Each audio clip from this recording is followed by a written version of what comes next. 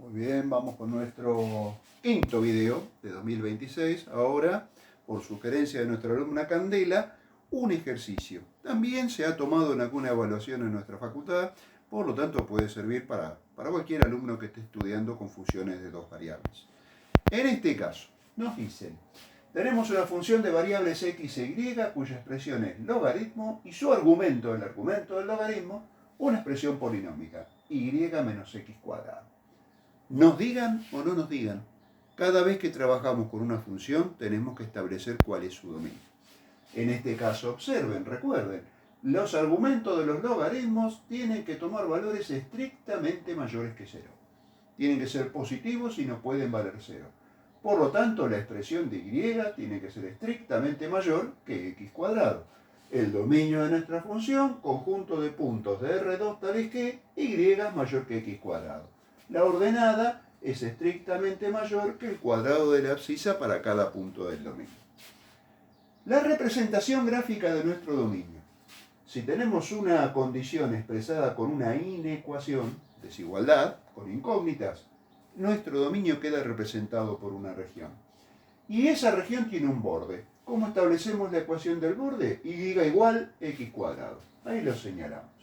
Y luego decimos, dibujamos nuestra parabolita de ecuación y igual x cuadrado, que conocemos de cursos anteriores, y nuestra condición lo vemos a simple vista, mayor estricto. La parábola, los puntos de la parábola no pertenecen al dominio de la función. Luego, el dominio hay que representarlo. Una vez que dibujaste el borde, ¿de qué lado se encuentra el dominio? ¿A la derecha, a la izquierda, arriba o abajo, adentro o afuera, según sea el tipo de borde que encontremos? Bueno, y eje vertical en nuestra representación. Y mayor, y por encima de la parábola. Los puntos que pertenecen a nuestro dominio tienen ordenadas mayores que los puntos que pertenecen a la parábola. Eso es la idea rápida como para poder representar el dominio de la función. Y ahora aclaremos. Una vez que tenemos nuestra función original f minúscula y establecimos su dominio, todo tipo de función que podamos extraer a partir de la función f minúscula tendrá su propio dominio.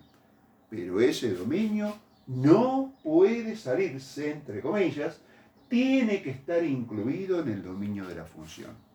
Como máximo, el dominio de esas nuevas funciones que obtengamos serán iguales al dominio de la función f. Y si no, estarán incluidos de él, serán subconjuntos de él.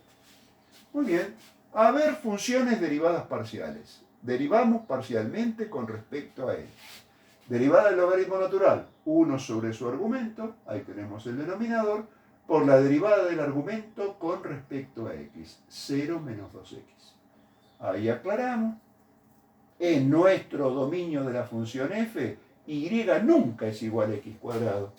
La parábola no se encuentra en el dominio, por tanto el dominio de esta función derivada parcial es igual al dominio de la función f. Derivamos, pero ahora con respecto a y. Derivada del logaritmo, 1 sobre su argumento, por la derivada del argumento con respecto a y. 1 por acá, 0 por acá. O sea, me queda 1 directamente. Lo mismo. Aquí está prohibido que y sea igual a x cuadrado. Y en el dominio de nuestra función también está prohibido. Por lo tanto, el dominio de nuestra función derivada parcial con respecto a y también es igual al dominio de la función f.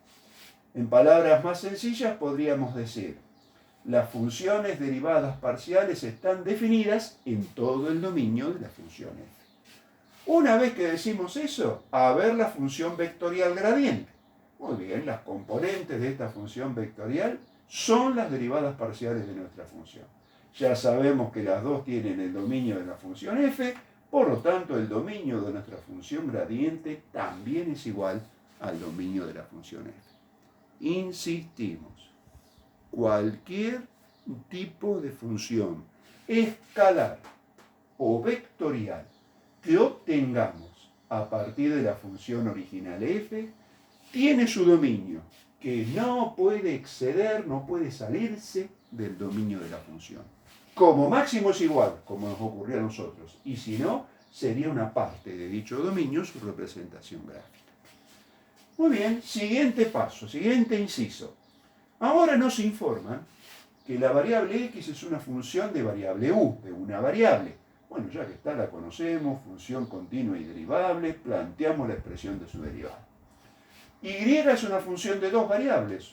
Su expresión u cuadrado más b cuadrado, una polinómica. La función y es continua y clase 1 y diferenciable en cualquier lado. De dos variables sería R2. Muy bien, sus derivadas parciales. Derivamos con respecto a u y derivamos con respecto a b corta. Luego, ya que tenemos nuevas variables, veamos. La función derivada parcial con respecto a x. En función de las nuevas variables, sustituimos donde corresponda cada expresión y vemos la expresión de la derivada parcial con respecto a x en función de las nuevas variables es esta expresión que tenemos por aquí. Quedan planteitos intermedios para ustedes. Derivada con respecto a y, ahí, misma cuestión. 1 en el numerador, no hay problema, y el denominador es el mismo n. Por lo tanto, ya lo tenemos ahí. Función derivada parcial con respecto a y expresada con las nuevas variables u y b. Esas son todas las herramientas que necesitamos para pasar a plantear las derivadas parciales de la función compuesta. ¿Cómo lo pensamos? ¿Cómo lo esquematizamos? ¿Cómo nos ayudamos con un esquemita, el diagrama de árbol, decimos arbolito, ¿tá? Que nos permite plantear y resolver este tipo de ejercicio? Muy bien. Nuestra función original f minúscula depende de x y de y. Nos informan que x depende de u, extendemos hasta u. Y depende de u y b corta, extendemos una rama hasta u y una hasta b corta. Se aconseja las ramas siempre abiertas, no juntarlas atrás de todo. Si se ven por separado cada rama, por más que tengan la misma terminal, es mucho más claro el planteo. Ahora hacemos un ejercicio mental.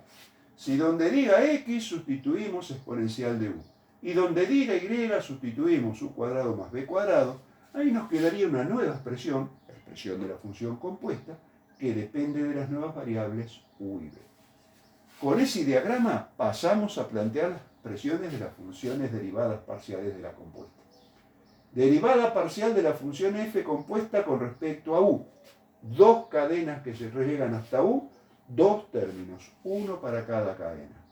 Primera cadena, derivada de f minúscula original con respecto a x por derivada de x respecto de u. Segunda cadena, derivada de f respecto de y por y respecto de u.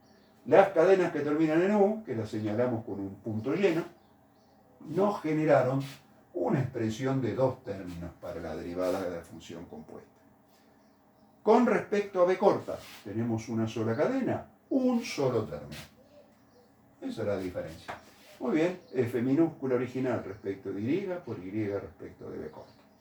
Aquí, obviamente, empleamos notación abreviada. Si nos ponemos detallistas, que esto depende de x, y esto depende de u y de b, y etc., tardamos mucho tiempo. Por lo tanto, cuando rendimos, el tiempo es oro, cuando trabajamos con funciones de 2 y 3 variables. Por lo tanto, aquí podemos anotar, profesor, discúlpeme, estoy empleando notación abreviada para que me alcance el tiempo. Como diciendo, nos defendemos un poquito por las dudas si nos cuestionan nuestra formalidad. Luego, ¿qué tenemos que hacer? La función compuesta depende de u y de b. Yo quiero una expresión con u y con b. Muy bien, perfecto. A sustituir. Donde diga f con respecto a x, ya tenemos preparada la expresión. F con respecto a y también la tenemos. X con respecto a u también la tenemos. Y con respecto a u y con respecto a b también las tenemos. A todas esas expresiones las sustituimos cada una en su sitio. Ahí tenemos expresiones de las derivadas parciales de la función compuesta, a la que nosotros le dimos el nombre f mayúscula. Obviamente, por aquí en el primer término, exponencial por exponencial, exponencial al cuadrado, podemos resolver un poquito si ustedes consideran conveniente. Una vez que decimos esto, el último inciso que va a quedar para ustedes. Inciso 3. Evaluar para la u igual 0, b corta igual raíz de 2.